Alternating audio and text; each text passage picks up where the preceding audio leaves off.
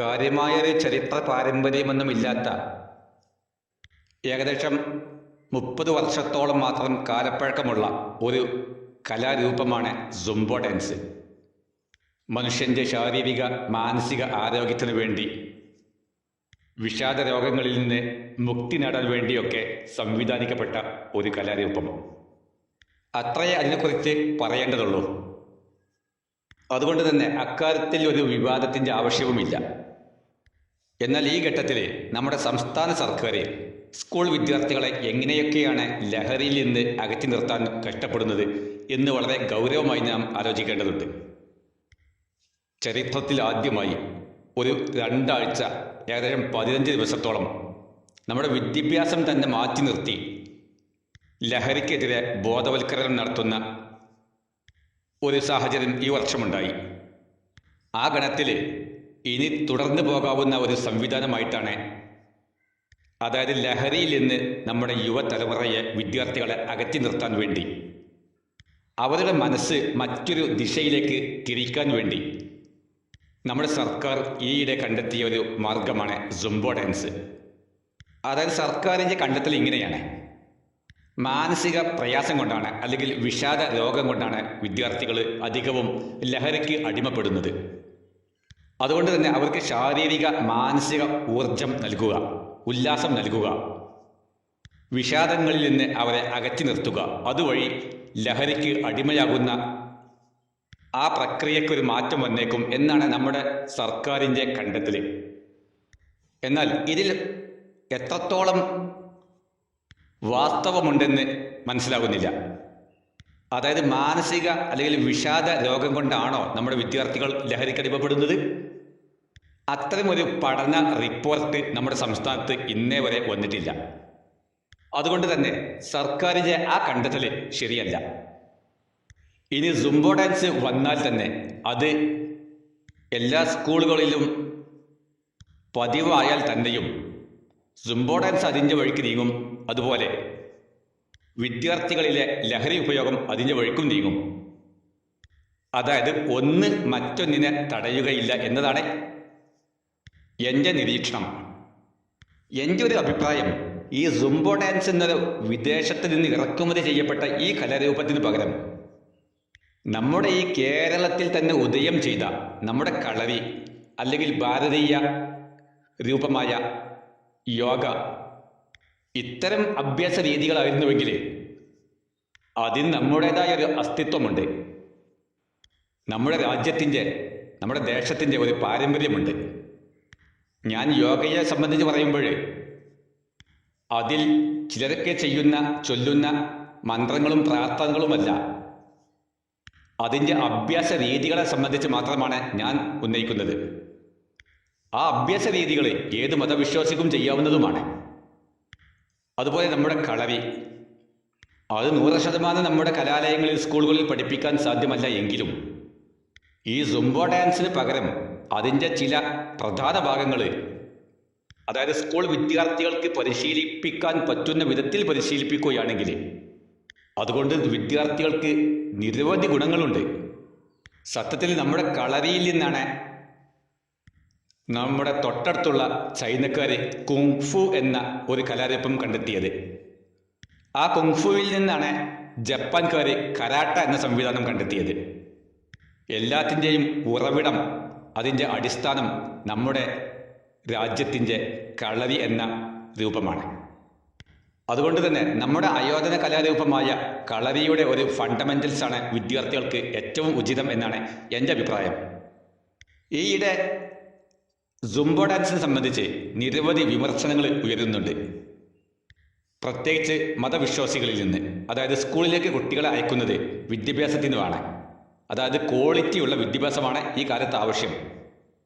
അല്ലാതെ ആൺകുട്ടികളും പെൺകുട്ടികളും ഇടകലർന്ന് ചാടാനും ആടാനും പാടാനുമുള്ളതല്ല എന്നിങ്ങനെയൊക്കെയുള്ള വിമർശനങ്ങൾ നിരവധി ഉയരുന്നുണ്ട്. ആ വശം ശരിയാണ്. അതുകൊണ്ട് സുംബോ ഡാൻസ് പ്രാവർത്തികമാവുകയാണെങ്കിൽ തന്നെ അതിന് ആൺകുട്ടികൾക്കും പെൺകുട്ടികൾക്കും വ്യത്യസ്ത സമയങ്ങളോ അല്ലെങ്കിൽ വ്യത്യസ്ത സ്ഥലങ്ങളോ സംവിധാനിക്കേണ്ടത് അനിവാര്യമാണ്. അതോടൊപ്പം ഏതൊരു വ്യക്തിക്കും, അത് ആൺകുട്ടിയാട്ടെ പെൺകുട്ടിയാട്ടെ, അവർക്ക് അവരുടേതായ യഥാർത്ഥ വസ്ത്രം ധരിക്കാനുള്ള സൗകര്യവും അനിവാര്യമാണ്. അതല്ലാതെ സുംബോ ഡാൻസിന് മാത്രം ഒരു കോമൺ ഡ്രസ് കോഡ് എന്നുള്ളത് ശരിയല്ല. ഇത്തരം കാര്യങ്ങൾ നമ്മുടെ സർക്കാർ പരിഗണിക്കുകയാണെങ്കിൽ ഈ സുംബോ ഡാൻസിനെ സംബന്ധിച്ച് കാര്യമായ വിമർശനങ്ങളൊന്നും സർക്കാരിനെതിരെ ഉണ്ടാവുകയില്ല. പക്ഷെ അങ്ങോട്ടൊന്നും ചിന്തിക്കാതെ സുംബോ ഡാൻസിലേക്ക് വളരെ പെട്ടെന്ന് എടുത്തു ചാടിയതാണ് ഇപ്പോഴുള്ള പ്രശ്നത്തിന് കാരണം. എന്ന് മാത്രമല്ല, സുംബോ ഡാൻസ് പഠിപ്പിക്കാൻ പ്രാപ്തരായ അധ്യാപകരെ നമ്മുടെ സ്കൂളുകളിൽ ഇല്ല. അതിന് മേൽനോട്ടം വഹിക്കാനും പ്രത്യേകം കഴിവുള്ള ആളുകൾ വേണമെന്നാണ് അതിൻ്റെ തന്നെ ട്രെയിനർമാർ പറയുന്നത്. കാരണം എല്ലാ വ്യക്തികൾക്കും സുംബോ ഡാൻസിൽ പങ്കെടുത്ത് ആടാനും ചാടാനുമുള്ള കഴിവുണ്ടായിരിക്കില്ല. ശാരീരിക പ്രയാസമുള്ള വിദ്യാർത്ഥികൾ നിരവധിയുണ്ട്. അസ്ഥികൾക്ക് വേണ്ട പോലെയുള്ള ബലവും വളർച്ചയും ദാർഢ്യതയുമൊന്നുമില്ലാത്ത നിരവധി വിദ്യാർത്ഥികളുണ്ട്. അതുകൊണ്ട് തന്നെ എല്ലാ വിദ്യാർത്ഥികളും നിർബന്ധമായും സുംബോ ഡാൻസിൽ പങ്കെടുക്കണം എന്നുള്ളൊരു നിയമമുണ്ടെങ്കിൽ അതും ശരിയല്ല. അതുകൊണ്ട് എൻ്റെ ഒരു നിരീക്ഷണം എന്തെന്ന് വെച്ചാൽ, സുംബോ ഡാൻസ് വേണമെങ്കിൽ നടത്താം, പക്ഷേ നമ്മുടെ ഈ സർക്കാർ ഈ വർഷം ക്വാളിറ്റിയുള്ള വിദ്യാഭ്യാസത്തിന് വേണ്ടിയിട്ട് 30 മിനിറ്റ് വർദ്ധിപ്പിച്ചിട്ടുണ്ട്. എന്നാൽ ഇപ്പോൾ പറയുന്നത് സുംബോ ഡാൻസിനും വേണം 30 മിനിറ്റ് എന്ന്. അപ്പോൾ ക്വാളിറ്റിയുള്ള വിദ്യാഭ്യാസത്തിൻ്റെ പേരിൽ വർദ്ധിപ്പിച്ച 30 മിനിറ്റ് ഇപ്പോൾ സുംബോ ഡാൻസിന് വേണ്ടി മാറ്റിവെക്കേണ്ട ഒരു ഗതിയിലാണുള്ളത്. സത്യത്തിൽ ഇത് ആരൊക്കെയോ വിഡ്ഢികളാക്കുകയാണ് ചെയ്യുന്നത്. അതുകൊണ്ട് തന്നെ സമയമായാൽ വിദ്യാർത്ഥികളെ വീട്ടിലേക്ക് പറഞ്ഞയക്കുക. സുംബോ ഡാൻസിന് താല്പര്യമുള്ള, അതിന് പറ്റുന്ന വിദ്യാർത്ഥികൾക്ക് മാത്രം ആ സമയത്ത് സ്കൂൾ ഗ്രൗണ്ടിൽ സുംബോ ഡാൻസിൽ പങ്കെടുക്കാനുള്ള സൗകര്യവും നൽകുക. അപ്പോൾ സുംബോ ഡാൻസിൽ പങ്കെടുക്കണമോ വേണ്ടയോ എന്ന് ചൂസ് ചെയ്യേണ്ടത് വിദ്യാർത്ഥികളാണ്. ഇത്തരമൊരു ഓപ്ഷൻ സൗകര്യം കൊടുക്കുകയാണെങ്കിൽ ഇതും ഒരു വിവാദമാവുകയില്ലായിരുന്നു. ഇനി അതിനേക്കാളൊക്കെ വലിയൊരു ഗൗരവമുള്ള മറ്റൊരു വിഷയമുണ്ട്. അതായത് ഈ സുംബോ ഡാൻസ് പോലെയുള്ള പുതിയ സംവിധാനങ്ങൾ അടിച്ചേൽപ്പിക്കുകയാണെങ്കിൽ അതുകൊണ്ട് പ്രയാസപ്പെടുന്ന നിരവധി വിദ്യാർത്ഥികളുണ്ട്. നമുക്കറിയാം, നമ്മുടെ സംസ്ഥാനം കേരളം പൊതുവെ ഇന്ത്യയിൽ ഉയർന്ന വിദ്യാഭ്യാസത്തിൻ്റെ നിലവാരത്തിൽ വളരെ പിറകിലാണ്. ഈ കഴിഞ്ഞ JEE, നീറ്റ് പോലെയുള്ള പരീക്ഷകളിൽ നമ്മുടെ റാങ്ക് ദേശീയ തലത്തിൽ ആദ്യത്തെ 100 റാങ്കിൽ ഒരു വിദ്യാർത്ഥി പോലും എത്തിയിട്ടില്ല എന്നുള്ളതാണ് സത്യം. അതുകൊണ്ട് തന്നെ സുംബോ ഡാൻസിന് പകരം നമ്മുടെ വിദ്യാഭ്യാസത്തിൻ്റെ ക്വാളിറ്റി വർദ്ധിപ്പിക്കുക, നമ്മുടെ സിലബസ് നവീകരിക്കുക പോലെയുള്ള കർമ്മങ്ങളാണ് നമ്മുടെ സർക്കാർ ആദ്യം ചെയ്യേണ്ടത്. ഈ കഴിഞ്ഞ നീറ്റ് എക്സാമിൽ നമ്മുടെ റാങ്ക് നാം കണ്ടാൽ അത്ഭുതപ്പെട്ടു പോകും. വളരെ പിറകിലാണ്. എന്ന് മാത്രമല്ല, JEE മെയിനിൻ്റെ റിസൾട്ട് വന്നപ്പോൾ, അതുപോലെ JEE അഡ്വാൻസിൻ്റെ റിസൾട്ട് വന്നപ്പോൾ അതിലൊക്കെ നമ്മുടെ കേരളക്കാർ റാങ്കിൽ വളരെ പിറകിലായിപ്പോയി.